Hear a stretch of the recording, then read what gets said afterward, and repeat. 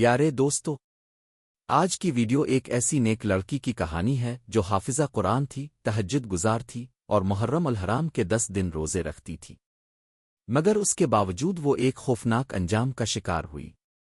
آخر کیوں؟ ایسی نیک لڑکی کو مرنے کے بعد بھی سکون کیوں نصیب نہ ہوا؟ کیا یہ انجام صرف اس کا تھا؟ اس کے پیچھے کوئی چھپا ہوا گناہ؟ یہ کہانی مکمل سنیں، شاید اب کے گھر میں بھی کوئی ایسا گناہ چھپ کر کیا جا رہا ہو جس کی سزا دنیا میں ہی مل جائے۔ یہ واقعہ نورپور نامی گاؤں میں پیش آیا۔ محرم کا مہینہ شروع ہو چکا تھا۔ گاؤں میں مجالس نیاز پانی کی سبیلیں ہر طرف نظر آ رہی تھیں۔ اسی گاؤں میں ایک لڑکی کوثر رہتی تھی۔ وہ نہایت نیک عالمہ، حافظہ قرآن، باپردہ عبادت گزار تھی۔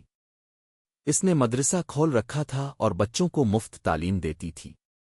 اس کا نکاح بیرون ملک مقیم سلیم سے ہو چکا تھا، مگر رخصتی باقی تھی۔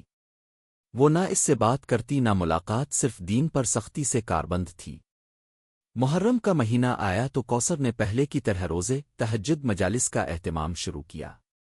ہر سال 9 اور 10 محرم کو وہ تنہائی اختیار کرتی۔ شبو نامی اس کی نوکرانی اور رازدار تھی جو سب جانتی تھی۔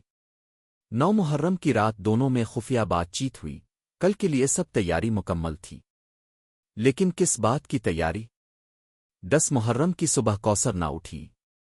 اس کے کمرے کا دروازہ بند تھا۔ ماں باپ نے دروازہ توڑا تو دیکھا کوثر مردہ حالت میں پڑی تھی اور اس کے جسم سے ایک سانپ نکلتا دیکھا گیا۔ لوگ کانپ اٹھے۔ غسل دینے والی عورتیں چیختی ہوئی باہر آئیں کیونکہ کوثر کے جسم پر بچھو اور سانپ چمٹے ہوئے تھے۔ اس کا چہرہ بگڑ چکا تھا۔ سب حیران تھے، اتنی نیک لڑکی کا ایسا انجام؟ یہ کیا ماجرا تھا؟ سلیم بیرون ملک سے آیا، اپنی بیوی کو دیکھ کر پھوٹ پھوٹ کر رو دیا۔ امام صاحب کو بلایا گیا۔ انہوں نے بھی معاملے کی سنگینی دیکھ کر اپنے استاد ایک بزرگ عالم کو بلایا۔ بزرگ نے شبو کو دیکھا اور کہا، یہ لڑکی کچھ جانتی ہے؟ شبو رو دی اور سب راز فاش ہو گئے۔ شبو نے بتایا کہ کوثر کے نکاح کو 7 سال ہو چکے تھے، مگر رخصتی نہ ہوئی۔ اس نے تنہائی، دلی جذبات اور دباؤ میں آ کر گناہ کی راہ اختیار کر لی۔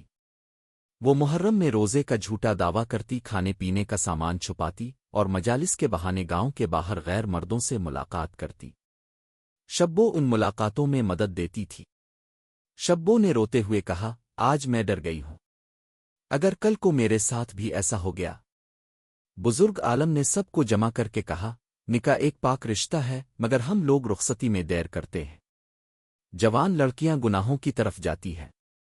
کوثر بہت نیک تھی مگر اپنے جذبات کے آگے ہار گئی۔ اس کا انجام عبرتناک تھا، تاکہ اور لڑکیاں سبق سیکھیں۔ پھر سب عورتوں نے قرآن کی آیات پڑھتے ہوئے کوثر کو غسل دیا۔ سانپ اور بچھو غائب ہو چکے تھے۔ رات کی تاریکی میں اسے دفن کیا گیا، لیکن ماں کو خواب میں وہ جلتی ہوئی دکھائی دیتی اور مدد کے لیے پکارتی۔ دوستو، یہ کہانی ہمیں سکھاتی ہے کہ نیکی کا دعویٰ کافی نہیں، نیت صاف ہونا ضروری ہے۔ محرم جیسے مہینے میں گناہ عذاب کو دعوت دیتا ہے۔ والدین کو چاہیے کہ نکاح کے بعد رخصتی میں تاخیر نہ کریں، اور لڑکیوں کو اپنے جذبات پر قابو رکھنا چاہیے۔ اگر آپ کو یہ واقعہ سبق آموز لگا ہو تو ویڈیو کو شیئر کریں تاکہ دوسرے بھی عبرت حاصل کر سکیں۔ کمنٹ باکس میں اللہ اکبر ضرور لکھیں اور چینل کو سبسکرائب کرنا نہ بھولیں۔